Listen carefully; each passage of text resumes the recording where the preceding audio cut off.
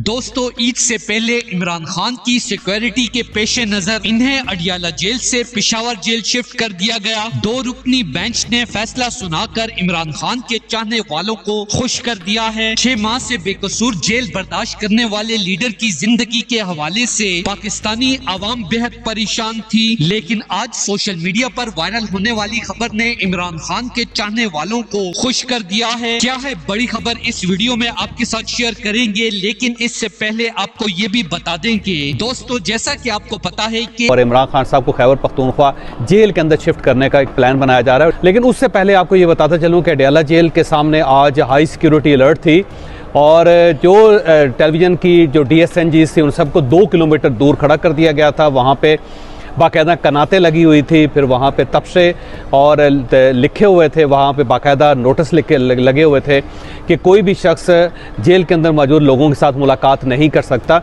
और इसके साथ साथ वहाँ पे पुलिस भी ज़्यादा थी और रेंजर्स के दस्ते भी वहाँ पे गर्दिश कर रहे थे। और ये जो हाई सिक्योरिटी थी, इतनी हाई सिक्योरिटी इससे पहले कभी अडियाला जेल में दिखाई नहीं दी। मेरा मशवरा है इमरान खान साहब को कि स्टेट के साथ चलना सीखें, सिस्टम के अंदर रहना सीखें। सिस्टम के अंदर रहेंगे तो फिर मामलात आगे चलेंगे।